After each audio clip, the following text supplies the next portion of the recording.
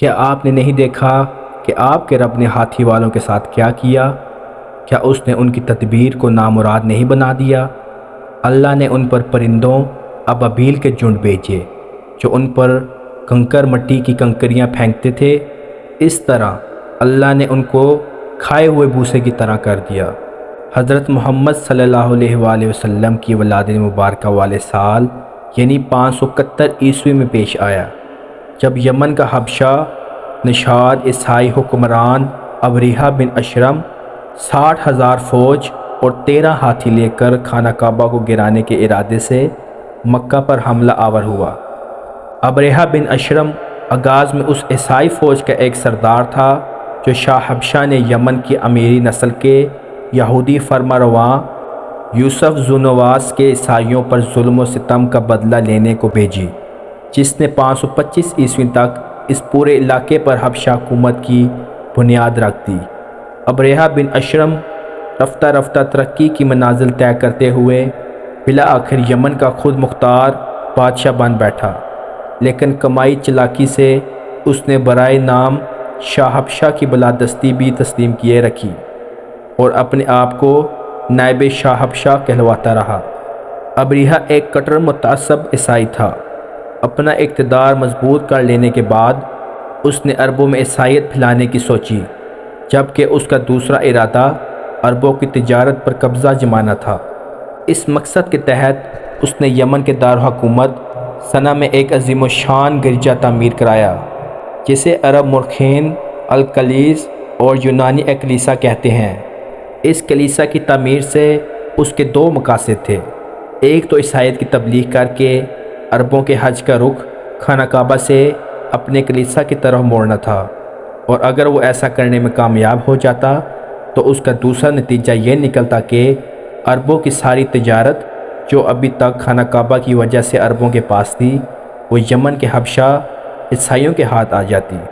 ابریہہ نے پہلے شاہ حبشہ کو اپنے اس ارادے کی اطلاع دی اور پھر یمن میں اعلان کرا دی کہ میں عربوں کا حج خانہ کعبہ سے کلیسا کی طرف موڑے بغیر نہ رہوں گا۔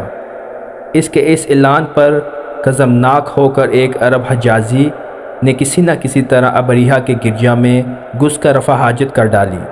اپنے کلیسا کی اس توہین پر ابریہہ نے قسم کھائی کہ میں اس وقت تک چین سے نہیں بیٹھوں گا جب تک خانہ کعبہ کو گرا نہ دوں۔ اس کے بعد سن 570 عیسوی کے آخر میں وہ 60,000 فوج اور 13 ہاتھی لے کر یمن سے مکہ پر حملہ آور ہونے کے ارادے سے نکلا۔ راستے میں 2 عرب سرداروں نے اس کا مقابلہ کرنے کی کوشش کی، مگر شکست کھائی اور ابریہہ کسی طوفان کی طرح مکہ کے مضافاتی مقام المغمس میں پہنچ گیا۔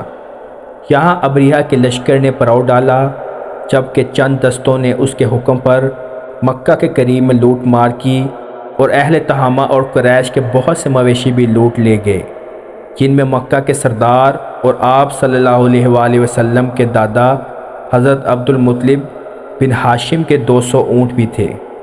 اس کے بعد ابریہہ نے ایک ایلچی مکہ کے سردار حضرت عبد المطلب کے پاس بھیجا اور اس کے ذریعے اہل مکہ کو پیغام دیا کہ میں تم سے لڑنے نہیں آیا ہوں، بلکہ اس گھر خانہ کعبہ کو گرانے آیا ہوں۔ اگر تم نہ لڑو تو میں تمہاری جان و مال سے کوئی تعرض نہ کروں گا۔ حضرت عبد المطلب نے جواب دیا، ہم میں ابریہہ سے لڑنے کی طاقت نہیں ہے۔